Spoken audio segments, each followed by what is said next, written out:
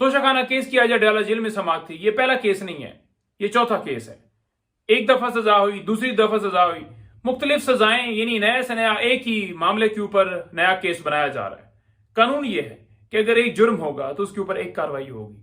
यहां पर तो जुर्म ही नहीं हुआ, ना खान साहब ने किया, ना बुशरा बीबी साहबा ने किया। उसके बावजूद ये पॉलिटिकल विक्टिमाइजेशन जो है वो जारी है। आज इस केस के अंदर कार्रवाई आगे नहीं बढ़ सकी। 2 तारीख तक समाअत मुलतवी हुई है। खान साहब से वकला की और फैमिली की मुलाकात हुई है। उन्होंने तमाम अपना मौकफ बताया है। इसके अलावा 3 बेल्स खान साहब की डिस्ट्रिक्ट कोर्ट के अंदर वो लगी हुई थी। जहां तक बात है कि ये केसेस कौन से हैं, आपको बताया था कि दफा 109 के ऊपर, यानी ईमा का रोल है कि खान साहब की मां के ऊपर ये हुआ। तो ये केसेस जो हैं, ये जो बेल्स हैं, 1 साल से लटकी हुई हैं। 3 कल बेल्स लगी हुई थी, एक साथ बुशरा बीबी साहबा की भी लगी हुई थी। 3 ये हैं। तो ये केसेस खत्म नहीं किए जा रहे, इनके ऊपर डिसीजन नहीं दिया जा रहा। उसकी वजह यह है कि देख रहे हैं कि कहीं और मुकदमात अगर खत्म होते हैं तो यहां पर बिल्स खारिज करके तो उसमें गिरफ्तारी की जाए। अच्छा, वीडियो लिंक के बहाने, वीडियो लिंक पर आज भी खान साहब को पेश नहीं किया गया। बहरहाल ये सूरत हाल है। इसके साथ साथ डॉक्टर की जो है वो एक्सेस के हवाले से हमने इस्तदा की थी इस्लामाबाद हाई कोर्ट में, जिसमें फैसल साहब उनको अलाउ किया गया था कि वो मेडिकल बोर्ड के अंदर उन्हें शामिल किया जाए। तो हमने एक जो है वो दरख्वास्त दी जिसमें हमने इस्तदा की कि डॉक्टर फैसल अवेलेबल नहीं है, तो लिहाजा डॉक्टर आसम जो हैं वो खान साहब से जाकर उनका चेकअप वगैरह करें। तो आज इस्लामाबाद हाई कोर्ट में इस दरख्वास्त के ऊपर लीगल टीम पेश हुई।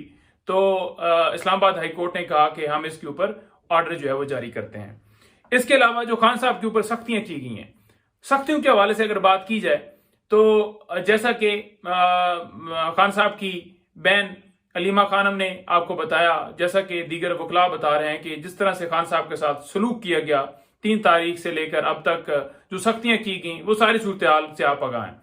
तो उस को जो है वो हमने देखते हुए इस्लामाबाद हाई कोर्ट से रजू किया, जिस पर आज समाअत थी। तो मौजूद अदालत ने जो फरीकैन हैं उनको नोटिस जारी की हैं और जब वो आएंगे, पेश होंगे, अपना मौकफ देंगे, तो फिर अदालत जो है उसके ऊपर हुक्म जारी करेगी।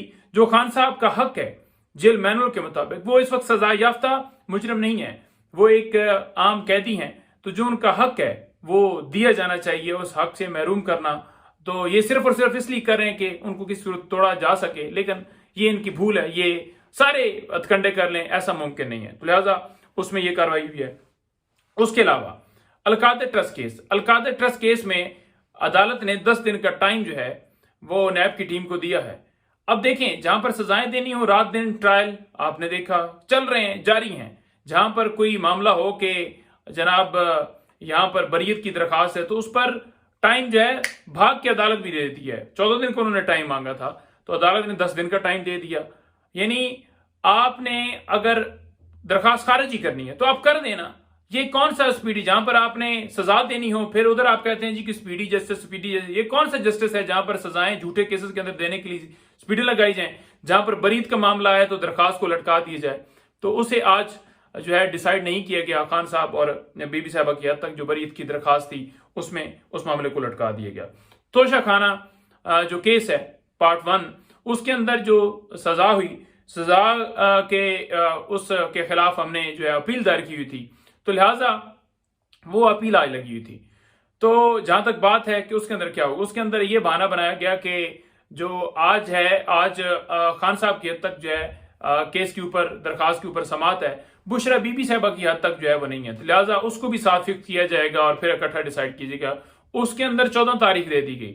मतलब ये है कि पहले सजाएं दो, फिर उसको जो है वो अगर कोई बंदा रजू करे उस फैसले के खिलाफ तो उसके ऊपर जो है वो लटकाओ।